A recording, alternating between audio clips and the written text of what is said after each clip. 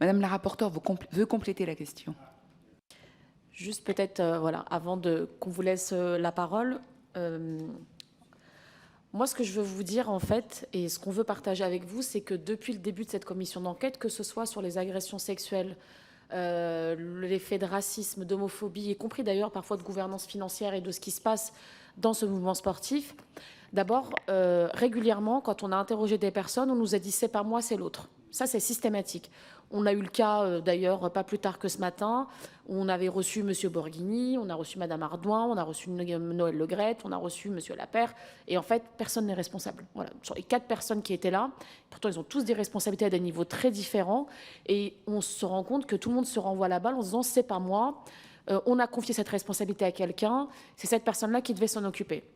Donc ça, c'est le premier élément, ce qui fait que nous, on essaye d'identifier là où il y a des dysfonctionnements, justement pour y apporter des réponses très précises. La deuxième chose, c'est que moi, je trouve intéressant, y compris dans ce que disait mon collègue, c'est que, en fait, nous, ce qu'on essaye de dire, et j'espère ne pas traduire ta pensée, c'est qu'il y a une responsabilité, bien sûr, des arbitres et des responsables de ligue et des responsables de fédérations et de clubs, y compris, d'ailleurs, il y a une responsabilité de l'État, parce qu'on n'a pas évoqué le ministère de tutelle ici, mais il y a une responsabilité de l'État. Et quand on voit ce qui s'est passé dans le match OM-OL, entendre le ministre de l'Intérieur dire qu'il n'est pas responsable de la sécurisation des choses, je ne sais plus exactement quelle expression il a tenue, c'est un problème aussi. En fait, on ne peut pas tous collectivement se défausser et se dire « ce n'est pas nous ». Et peut-être la petite subtilité, c'est que je pense que les joueurs de foot, particulièrement parce que c'est celui qui est le plus... il y a 2 millions de licenciés, c'est le rêve de plein d'enfants en réalité de devenir un jour sportif de haut niveau. Ces joueurs de foot-là représentent pour toute une partie de la jeunesse un modèle. Et en fait, le fait que, par exemple, un joueur de foot qui décide, parce qu'hier c'est l'exemple qui a été cité, si demain Kylian Mbappé, c'est l'association Rouge Direct qui l'a cité en disant « j'arrête parce qu'il y a des propos homophobes dans le stade », pour nous, ce n'est pas la question de faire peser la responsabilité de l'arrêt du match, même si je comprends votre position, mais c'est de dire à un moment, Mbappé, c'est le modèle de millions de jeunes. De millions de jeunes. Est-ce que le fait que lui dise, mais en fait, l'homophobie, ça suffit, ça ne peut plus durer sur un stade, eh bien, ça aussi, ça peut être un choc pour toute une génération qui peut comprendre et qui peut entendre que, bah oui, en fait, les propos homophobes ne sont pas acceptables. Mais pour arriver à ça, d'accord, il faudrait que les joueurs soient conscients que, en fait, tout le monde est d'accord avec ça. Parce que, comme je vous ai dit tout à l'heure, le joueur qui se plaint, d'accord, le joueur noir qui dit « oh, il y a un problème », d'accord, il y a un problème, ça veut dire qu'en fait, il faut arrêter, il y a un problème. Il prend carton rouge. Mais ce n'est pas une fois, ou 2 fois, ou 3 fois. Hein. Allez analyser quand il y a un problème, vous allez voir qu'il sort du terrain en règle générale. Ou même, parfois, il veut arrêter de jouer. Ses coéquipiers vont le chercher. Les adversaires vont le chercher pour que le match continue.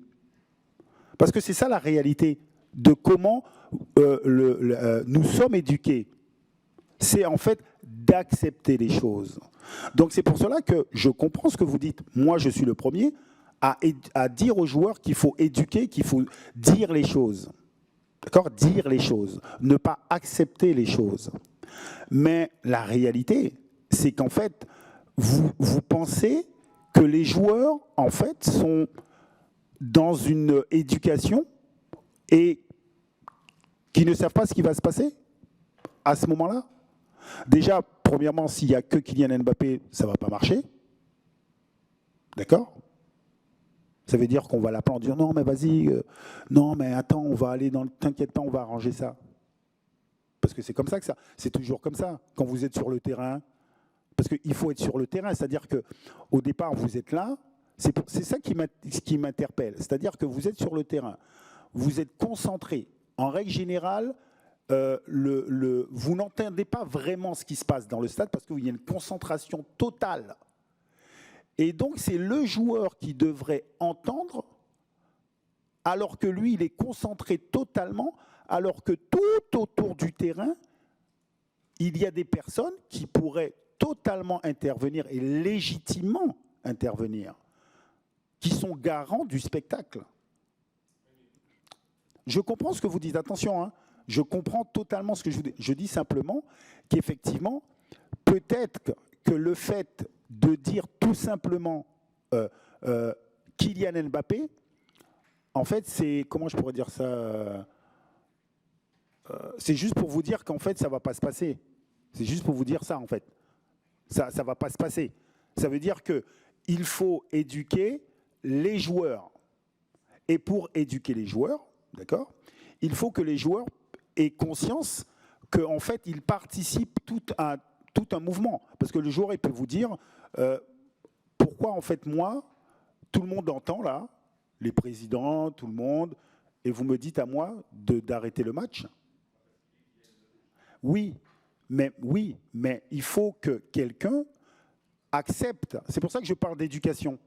Moi, je suis persuadé que si, dès les centres de formation, d'accord, on éduque les jeunes en leur disant, voilà, quand vous jouez, il y a des choses inacceptables, vous avez le droit de faire en sorte d'arrêter.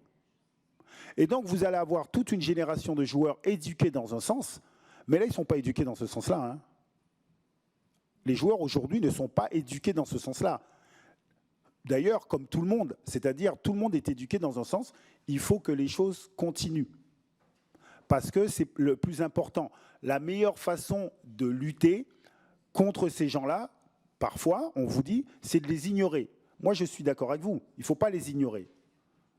Mais moi, je vous dis qu'effectivement, bien évidemment, mais ne renvoyez pas la responsabilité. Non, mais oui, c'est de dire, voilà, il faut éduquer Kylian Mbappé à dénoncer l'homophobie, à participer à des choses comme les joueurs peuvent le faire. Mais la responsabilité de l'arrêt du match ne peut pas être la responsabilité d'un joueur.